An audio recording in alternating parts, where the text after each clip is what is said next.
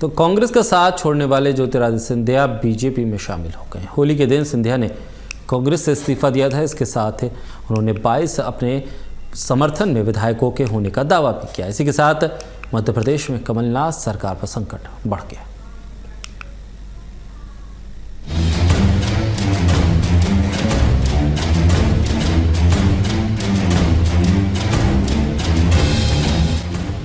MP से लेकर दिल्ली तक में हलचल बनी हुई है। होली से शुरू हुई ये राजनीतिक हुल्लड़ तय है कि अभी और चलेगी, लेकिन इस बीच एमपी कांग्रेस के महाराज भगवा रंग में रंग चुके हैं। 18 साल तक मध्य प्रदेश कांग्रेस का बड़ा चेहरा रहे, बड़ा कद रखने वाले ज्योतिरादित्य सिंधिया अब कमल थाम चुके हैं।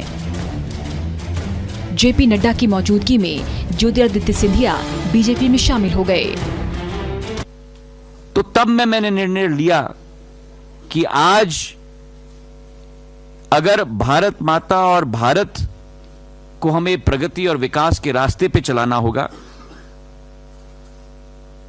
तो आज मैं अपने आप को सौभाग्यशाली समझता हूं कि नड्डा जी ने, प्रधानमंत्री जी ने और अमित शाह जी ने मुझे वो मंच प्रदान किया जिसके आधार पर जनसेवा और राष्ट्र सेवा पर हम लोग आगे बढ़ पाएं।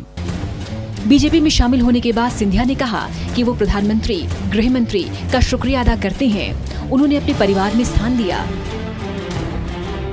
सिंधिया ने कहा कि मेरे जीवन में 2 तारीखें काफी अहम रहीं। इनमें पहली तारीख 30 सितंबर 2001, जिस दिन मैंने अपने पिता को खोया, उस दिन जिंदगी बदली, और दूसरी तारीख 10 मार्च 2020, जहां जीवन में एक बड़ा निर्णय लिया मैंने।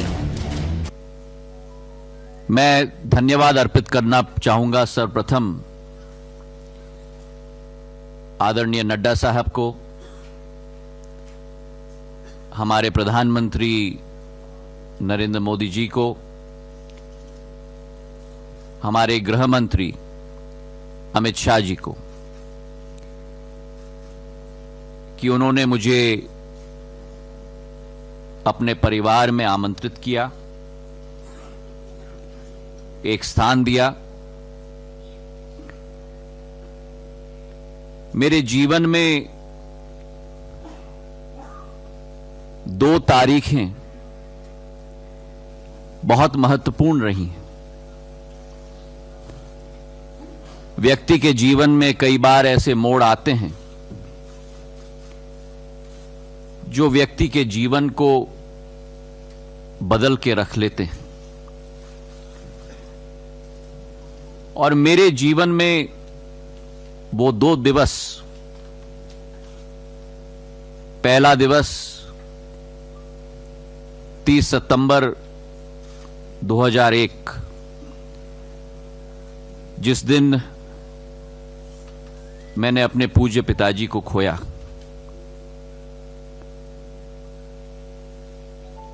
एक जीवन बदलने का दिवस था मेरे लिए,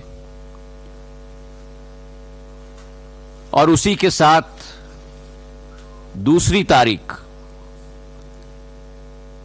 10 मार्च 2020, जो उनकी 75वीं वर्षगांठ थी, जहां जीवन में एक नई परिकल्पना, एक नया मोड़ का सामना करके एक निर्णय मैंने लिया है। मीडिया को संबोधित करते हुए सिंधिया ने कहा कि आज मन दुखी है। जो कांग्रेस पार्टी पहले थी, आज वो नहीं रही। उसके 3 मुख्य कारण हैं। पहला, वास्तविकता से इनकार करना, नई विचारधारा और नेतृत्व को मान्यता नहीं मिलना। 2018 में जब एमपी में सरकार बनी तो एक सपना था, लेकिन वो सपना आज बिखर चुका है। मध्य प्रदेश में कांग्रेस सरकार ने वादे पूरे नहीं किए। मन व्यतीत है और मन दुखी भी है, क्योंकि जो आज स्थिति उत्पन्न हुई है, मैं ये कह सकता हूं विश्वास के साथ कि जनसेवा का लक्ष्य की पूर्ति आज उस संगठन के माध्यम से नहीं हो पा रही है।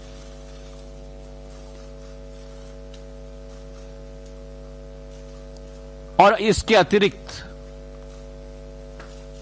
वर्तमान में जो स्थिति कांग्रेस पार्टी में है, वो कांग्रेस पार्टी आज नहीं रही जो पहले थी। और 3 मुख्य बिंदु हैं। एक तो वास्तविकता से इंकार करना, और वास्तविकता से इंकार करके जो इबारत लिखी जाती है उसका समावेश न करना, जड़ता का एक जो वातावरण उत्पन्न है, और उसी के साथ जो एक नई सोच, विचारधारा, जो एक नया नेतृत्व को सही मान्यता न मिलना। मैं मानता हूं कि इस वातावरण में, जहां राष्ट्र स्तर पर यह स्थिति हो चुकी है, वहीं मेरे गृह राज्य में जो मेरा दिल का भाग है, मेरा मध्य प्रदेश, एक सपना हमने पिरोया था जब 2018 में वहां सरकार बनी थी, लेकिन 18 महीने में वे सपने पूरी तरह से बिखर गए। प्रधानमंत्री की कार्यशैली की तारीफ करते हुए सिंधिया ने अंत में फिर अमित शाह, जेपी नड्डा का शुक्रिया अदा किया। दिल्ली में हुए इस बड़े घटनाक्रम के साथ ही मध्य प्रदेश में कांग्रेस की कमलनाथ सरकार पर संकट है। हालांकि कमलनाथ दावा कर रही हैं कि चिंता की बात नहीं है, सरकार स्थिर है। Special desk, total news.